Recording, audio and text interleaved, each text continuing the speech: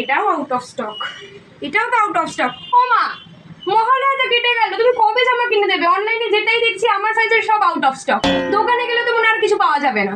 তো তোকে দোকানে যেতে বলেছে এটা বা মানেটা কি, তুই জামা কিনবো না?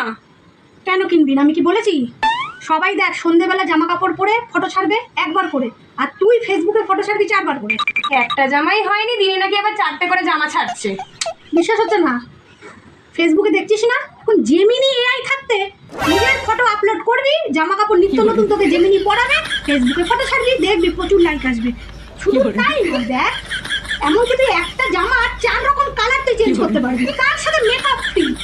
তোর ফেসবুকে তুই যদি ফটো ছাড়িস তার সাথে তোকে এত সুন্দর মেকআপ করে দিচ্ছে যে তোকে গিয়ে পার্লারে তোকে মানে ফেসিয়ালটা পর্যন্ত করতে হচ্ছে না, হেয়ার স্টাইলিং পর্যন্ত করে দিচ্ছে। তুই নিজেকে নিজে চিনতে পারবি না, তো সেটা সুবিধা না?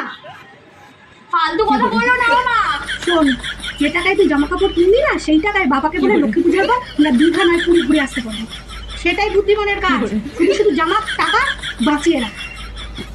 জেমিনি এআইতে ফটো আপলোড কর।